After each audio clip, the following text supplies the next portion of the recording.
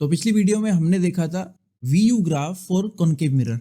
अभी हम देखने वाले हैं the same graph but for convex mirror. तो इसके लिए चलिए देखते हैं। इस ग्राफ में मैंने पहले से ही बहुत सारी चीज़ें मार्क की हुई है जो पिछली वीडियो में भी मैंने आपको बताया था। जैसे इसमें हर तरफ आप फोकस और जो सेंटर ऑफ कर्वेचर के डिस्टेंस है 2f उसको मार्क कर लेंगे हर एक्सिस पर। और इस केस में मैंने पहले से ही ऑब्जेक्ट की और इमेज की पोजीशन ऑलरेडी लिखी हुई है ताकि वीडियो ज़्यादा लेंदी ना हो। तो चलिए इसको शुरू करते हैं। सबसे पहले मैंने माना हुआ है कि ऑब्जेक्ट रखा हुआ है प्लस इन्फिनिटी पर। मैं शुरुआत कर रहा हूं इसमें कॉन्वेक्स मिरर के लिए रियल ऑब्जेक्ट से नहीं, मैं शुरुआत कर रहा हूं इसमें वर्चुअल ऑब्जेक्ट से। वर्चुअल ऑब्जेक्ट कॉन्वेक्स मिरर के पीछे रखे होंगे और पॉजिटिव साइड में होंगे। तो मैंने ऑब्जेक्ट को सबसे पहले लिया है इन्फिनिटी पर जो पॉजिटिव साइड में लिया हुआ है। तो हमें पता है ऐसे केस में इमेज बनेगी फोकस पर। तो इन दोनों को लोकेट करते हुए चलिए ग्राफ पर चलते हैं। तो u होगा पॉजिटिव इन्फिनिटी, तो चलिए यहाँ कहीं पर वो होगा, और v होगा पॉजिटिव f, यानी कि यहाँ से कुछ इस तरह। तो एक पॉइंट हमें मिलने वाला है यहाँ से, पॉइंट नंबर 1। अब पॉइंट नंबर 2 कहाँ पर है? इसमें ऑब्जेक्ट की पोजीशन मैंने ली हुई है प्लस 2f। तो हमें पता है कि अगर ट्वाइस ऑफ फोकल लेंथ मतलब सेंटर ऑफ कर्वेचर पर अगर ऑब्जेक्ट होगा मिरर के केस में, तो इस केस में जो इमेज होगी वो भी 2f 2 पर होगी। आप 2f बोल दें या c बोल दें, कुछ भी बोल दें, उस पर होगी। तो चलिए ढूंढते लोकेट करते हैं पॉजिटिव रीजन में। 2f यहां पर है u की वैल्यू के लिए, और v की वैल्यू के लिए ये इस तरफ है। इसमें आगे बढ़ने से पहले मैं आपको एक चीज बता दूं कि कॉन्वेक्स मिरर वर्चुअल ऑब्जेक्ट के लिए कुछ ऐसा ही बिहेवियर शो करता है जैसा रियल ऑब्जेक्ट के लिए कॉनकेव मिरर शो करता है। तो कॉनकेव मिरर में अगर C पर मतलब 2f पर कोई ऑब्जेक्ट रखते हैं रियल ऑब्जेक्ट, तो उसकी रियल इमेज वहां पर बनती है 2f पर। तो इसमें अगर वर्चुअल ऑब्जेक्ट लिया हुआ है आपने 2f पर, तो एक वर्चुअल इमेज बनेगी 2f पर ही इस केस में। चलिए तीसरे पॉइंट को लोकेट करते हैं। ये था पॉइंट नंबर 2। तीसरे केस में मैंने ऑब्जेक्ट को रख लिया है फोकस पर। जैसे जैसे आगे बढ़ेंगे फोकस पर रखा, तो उस केस में इमेज बनने वाली है इन्फिनिटी पर। तो फोकस पर अगर होगा ऑब्जेक्ट तो f यहां पर, और इन्फिनिटी चलिए मान लेते हैं v के लिए इस तरफ, यहां कहीं से इन्फिनिटी आएगा तो एक पॉइंट मिल जाएगा, पॉइंट नंबर 3।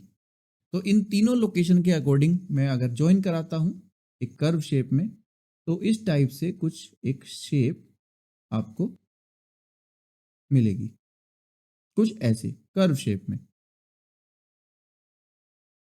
ठीक, आगे बढ़ते हैं पोजीशन नंबर 4 में, जिसमें ऑब्जेक्ट को मैंने फिर से f पर लिया हुआ है। एक्चुअल में ये जो f यहां पर मैं लोकेट कर रहा हूं आपको कि ये जो है f ऑब्जेक्ट अभी यहां था, तो अभी मैं इसको स्लाइटली आगे करूंगा तो मान लूंगा कि f पर ही है। लेकिन ऐसे केस में इमेज का नेचर बदल जाएगा। जैसे कॉनकेव मिरर में ऑब्जेक्ट को फोकस पर रखते थे और फोकस से थोड़ा सा आगे जैसे ले जाते थे तो रियल ऑब्जेक्ट के लिए वर्चुअल इमेज बनती थी।